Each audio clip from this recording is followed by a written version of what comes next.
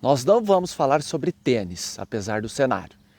Nós vamos falar sobre problemas da nação que já duram 523 anos. Então se inscreve e vamos em frente. Como colocar o Brasil no eixo? Como resolver esses problemas que, independentemente de governo ou partido, tem graves disfunções e a fim de cumprir aqui o dever cívico do casal, nós vamos discutir isso. Então a gente não pode só apontar e criticar, precisamos pelo menos tentar ajudar, pois o nosso futuro, o futuro dos nossos filhos, guarda íntima relação com o futuro do país. Então eu vou dividir aqui, até para favorecer a questão pedagógica, em divisões, em questões. Então, primeira coisa que nós vamos falar, ordem política. Então, como que a gente começaria a resolver o problema? Primeira coisa, proibir reeleição de qualquer cargo eletivo, 100%. Então, a reeleição favorece a manutenção da máquina pública, que os partidos usurpam o Estado, dizendo que a reeleição favoreceria a gestão, quando na verdade é o contrário, ela piora. Então, corta a reeleição. 2, segundo tópico, liberdade para a organização política e administrativa dos municípios e proibida a remuneração de vereadores, que receberiam apenas uma ajuda de custo quando propõe um projeto de lei sem vício constitucional e quando essa lei é aprovada, ele ganha só uma ajuda de custo. Então, o que não se pode é o vereador ser vereador com objeto vitalício. Então, ou seja, a gente gasta 10 bi ao ano com salário, gráfico, indenização, com mais de 58 mil vereadores. Isso tem que acabar, tá? Vereador não pode ser remunerado. Número 3, candidaturas independentes, sem vínculo obrigatório com partido. Ao ter que se vincular a um partido, o aspirante ao cargo eletivo, ele tem que agradar ao cacique partidário, ele tem que participar de uma legenda que em muitas ocasiões ele não tem a menor feição, não sabe nem o que é, se é de direita, se é de esquerda, se é que o partido sabe qual é o seu viés, tá? Bom, a gente tem que ir para questões institucionais também, para não ficar falando só de política. Então, primeira coisa, fim do foro privilegiado, não precisa explicar, 2, fim da estabilidade de qualquer servidor público. Isso tem que acabar, cara. Isso só existe no Brasil, tá? 3, fim do poder legislativo das receitas federal, estaduais e municipais, tá? Isso hoje é gravíssimo. As receitas aplicam entendimento que alteram a forma de pagar e cobrar imposto ao bel prazer.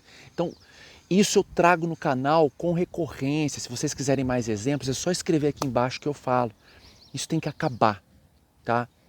Terceiro tópico, Caixa de Pandora brasileiro, Poder Judiciário. Aqui é simples.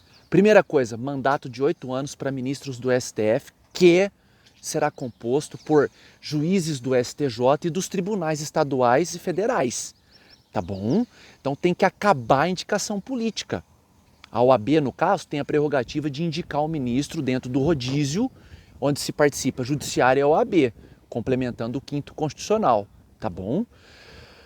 2, o STJ só julga a ação rescisória civil em processo autônomo e revisão em matéria criminal. E o STF tem competência exclusiva de revisão constitucional de leis e outros atos normativos, além de resolver, claro, problemas entre os estados e a federação. O STF não pode ser uma corte recursal, tá? E passa a ter 5 ministros, 2 com viés de direita, 2 com viés de esquerda e 1 neutro. O STF, nesse formato, entra no eixo. Os juízes de primeira instância, os desembargadores dos tribunais, passarão a cada 5 anos pelo voto de continuidade, onde serão avaliados pela OAB, Defensoria Pública e serventuários da Justiça e comunidade para continuidade no cargo. Vedada a aposentadoria como prêmio por corrupção. Essas 3 hipóteses que eu acabei de falar, política, institucional e judiciário, já colocavam o Brasil no eixo. Vamos falar de orçamento e ordem social? Tá bom. Fica terminantemente proibida a atividade empresarial pelo Estado. Isso já resolve muita coisa. Tá? Vedação das despesas vinculadas ou impositivas com a criação de impostos dependentes. Isso é um câncer no Brasil hoje. Isso tem que acabar. As despesas com folha de pagamento tem que ficar vinculada, né, a prévio orçamento e com percentual máximo atrelado, sendo cortado qualquer tipo de benefício, sexta parte, quinquênio, licença-prêmio, aposentadoria prematura e um N insuperável de benefícios que o funcionalismo público tem em prejuízo do particular. Por que o particular não tem? Porque não tem como viabilizar a atividade. Então, a bem da verdade, nesse aspecto, o país se divide em dois grupos. Os privilegiados do setor público e os pagadores de impostos no setor privado. Então, a participação da sociedade nesse contexto se dá por meio do parasitismo do Estado, que arrecada para manter essas benesses. É evidente que para mudar tudo isso, tudo que eu falei é importante, mas é pouco ainda perto do que precisa ser melhorado. Precisamos de anos e anos de luta com afinco e determinação. Precisaríamos, inclusive, de alterar a Constituição ou de uma nova. Porque essa usurpação do Estado frente à sociedade tem a sua gênese lá na Constituição de 88. Então são apenas digressões, abstrações e divagações que, segundo a realidade brasileira, não passam de indispensável necessidade. Fico por aqui, um forte abraço. Esse é o meu recado que, viu como fica simples colocar um país no eixo? O Brasil em especial. O que eu falei aqui tem lastro em diversas obras. E grande parte, diria que metade do que eu falei aqui está no livro do professor Modesto Carvalhosa, que se chama Uma Nova Constituição do Brasil, uma leitura praticamente obrigatória para qualquer um que quer colocar este país no eixo, tá? Fora outros tantos livros de autores não brasileiros. Perfeito?